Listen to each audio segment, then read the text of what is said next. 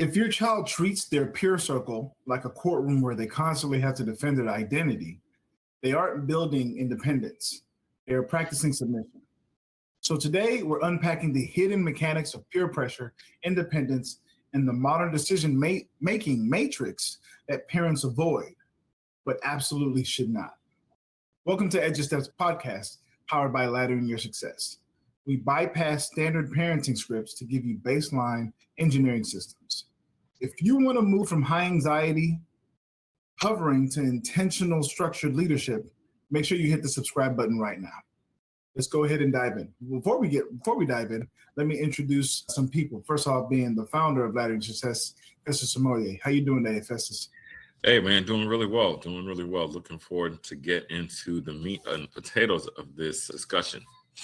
Absolutely. And of course, we have the Dr. Jamar Crawford here with us. How you doing today, this wonderful day, Jamar? Hey, I'm doing good. I'm happy to be able to be here with my brothers. Absolutely, man. As always, another day, another wonderful day to get going. So let's start off by talking about the B, right? Recent social medical reports indicate that over 75% of young men struggling with relational or emotional stress refuse to confide in their parents, rather choosing internal isolation over family consultation. So to remodel how our kids handle choice, we have to audit their being, their deep-seated posture toward authority and validation. True independence is not a rebellion against parents. It's the establishment of an internal anchor, something that says, hey, this is not going well. Let me talk to trusted advisors or counsel. In the landscape where social media and digital networks broadcast continuous public friction, right? Messages that sound one way, but telling you to do something else. Adolescents are trapped in what psychologists call siege mode, adulting their character entirely to survive group chats and social trends. If we raise children whose identities change based on the room they walk into, we haven't taught them principles. We've just trained them to blend in. So if you're ready to stop managing your teenagers' friendships and start fortifying their personal foundation, make sure you type foundation in the comments right now. My first question for the squad is this. Looking how kids isolate themselves when facing social friction, how do we shift the child's internal value system so they see our homes as a strategic lab for decision-making rather than a place where they'll just get criticized? Man, I think the big thing is, especially I could talk from an immigrant family standpoint, is let your kids make decisions. But also allow them to own the results from those decisions, whether good or bad, and talk to them about the decisions that they make. To me, I grew up immigrant home where it was you fool, you idiot, you this, you that. And it's all this name calling, and it stifles your confidence in terms of, can I make good decisions? You know what I mean? And especially I see it more where when people get older and it's, hey, you want to break a relationship with somebody. Why'd you stay in that relationship? Because of the lack of confidence that came from the decision-making process that was given when you were a child. You know what I'm saying? And so to me, the big thing, parents, try to see the way your kid sees that decision. Why'd you do it that way? Is there a different way you could have done it? I'm not knocking you, but how are maybe 3 different ways you could have done that thing? And give them those options so that way they can see, oh, there's more than one way to skin a cat.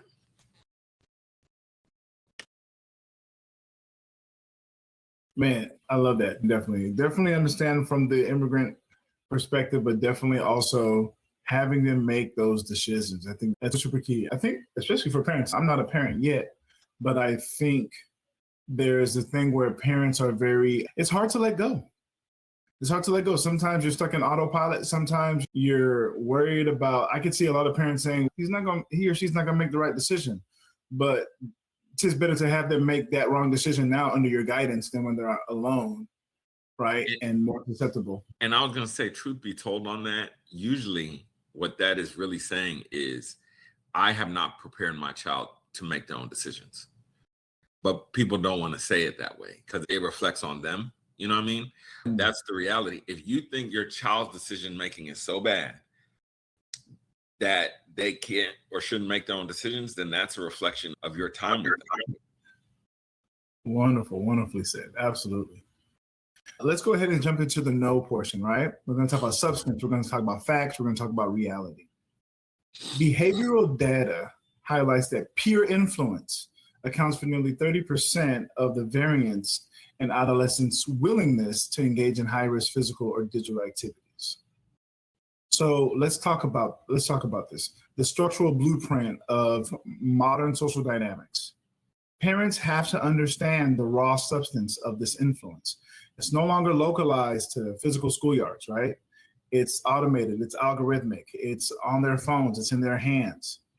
When your child over-explains their boundaries to their friends, they're operating under the assumption that they need a consensus to protect their peace. A strategic mind knows that an explanation is actually an invitation for a committee to vote on your personal choices. So, stop right here and answer this question. This is for the parents.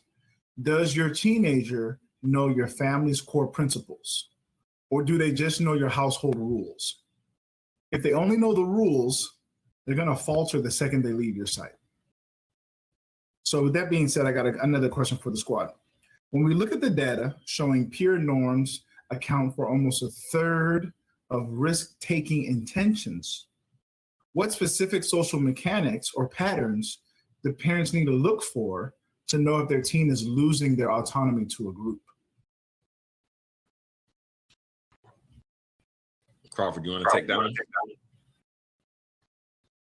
Yeah, so I think that certain patterns to look for is when the students' actions are being motivated by what others do or think of them. So trying to do what is considered cool or lame or whatever the terminology is for that social group, right? So when we're looking at students starting to behave in a manner to where it's like, okay, I want to move with the crowd, then those are patterns right there. And I think that's where important conversations for the parents at that time to just discuss, and not to discuss to chastise the student, but to have understanding. Oh, okay, you say you're interested in doing this. Talk to me about that. What makes you interested in doing that? And based on that conversation, you want to instill in the child that you want to try to make decisions that are specifically for you and best for you. And if that's your interest, because that's the cool thing, that's fine. But you also want to participate in activities that does not question your morals, does not question your values, and does not put your character in jeopardy. Yeah, I think, and repeat the question one more time, just so I don't butcher it, Ole. Repeat it one more time for me. Absolutely. So when we look at the data showing peer norms account for almost a third of risk-taking intentions, what specific social mechanics or patterns do parents need to look out for to know if their teen is losing autonomy to a group? So the first thing, in my view, is how do your teens talk? And this is something I noticed a long time ago, is, when a new slang was coming in, you knew who listened to what based off of the slang. So if a new song came out or a new slang pattern came, you knew, oh, you've been listening to, you know what I'm saying? And that's where the influence came from. And so same thing in your home. Like I was myself, Scoobity toilet. I was like, what is a Scoobity toilet? You know what I'm saying? Then eventually I go watch the videos, you know what I'm saying? And I'm like, wow. And you got to look at the language, because when these new words start coming in, it's not just, oh, whoop-de-doo. It's, okay, that's influence. You know what I mean? The next thing I would say is look at their space. How's their space change? Or do you see a different behavior pattern in how they handle their space? I noticed with my kids, man, they get on their tablet, and the tablet, because the algorithm suggests certain things to them, it's things that they're not even looking for that they're getting inundated with. And so that creates a challenge because I know it's not necessarily their intention to look some of those things up. It's grown people, I'm about to use the word, you know what I'm saying, that are making certain content that they know is influential towards kids. And why do they do that? Obviously because of money reasons, but also those people have issues. You know what I mean? They have issues. When you take a character who's normally not sexually explicit in any way and start trying to sexualize that character, and that character is usually for 8, 9, 10 years old, you know what I'm saying? That tells you something. So those are things you could just start watching out for as a parent to see if you're losing or gaining influence with your child. I love it. I love it. Man, thank you so much for both of those. As y'all were giving the answers, I thought about something in particular. Earlier, I mentioned something about a lot of folks know the household rules, but they don't know kind of the mission. They don't know the main creed, if you will, of the house.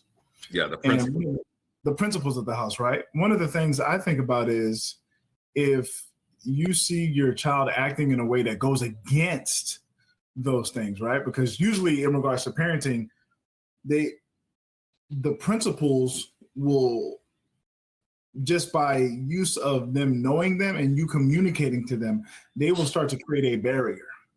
Yeah. So once influences start coming in and you start seeing your children act out of character or out of what's been told to them, I think that's a go-to sign. All right, who you been hanging out? Who you been hanging out with? Who you talking to? So let's jump in and talk about the last portion. We're going to talk about the do portion.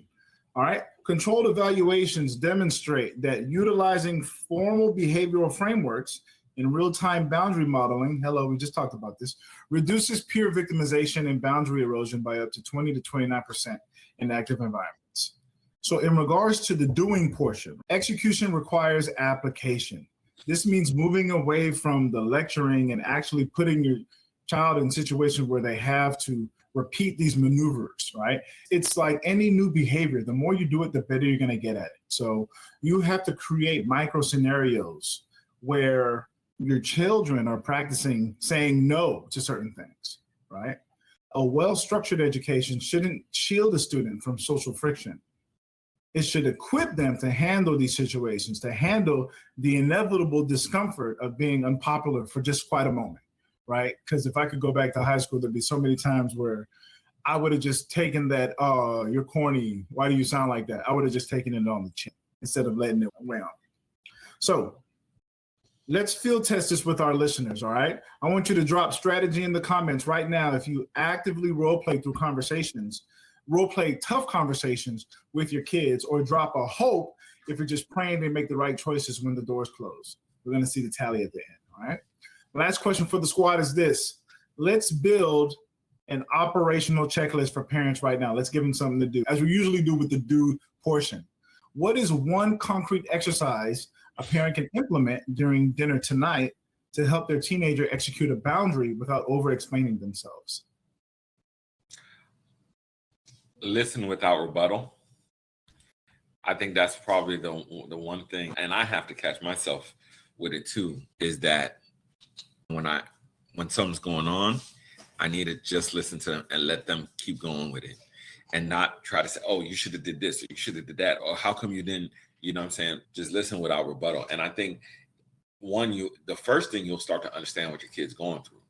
That's the first thing. But then the next thing is you will start to hear their emotions and thoughts behind it. And sometimes it's, hey, my kids are much younger, but they're, hey, this person was playing and doing this and this. But again, those teenage years are really tough because they're either in tune or they're tuning out. So let me stop right there.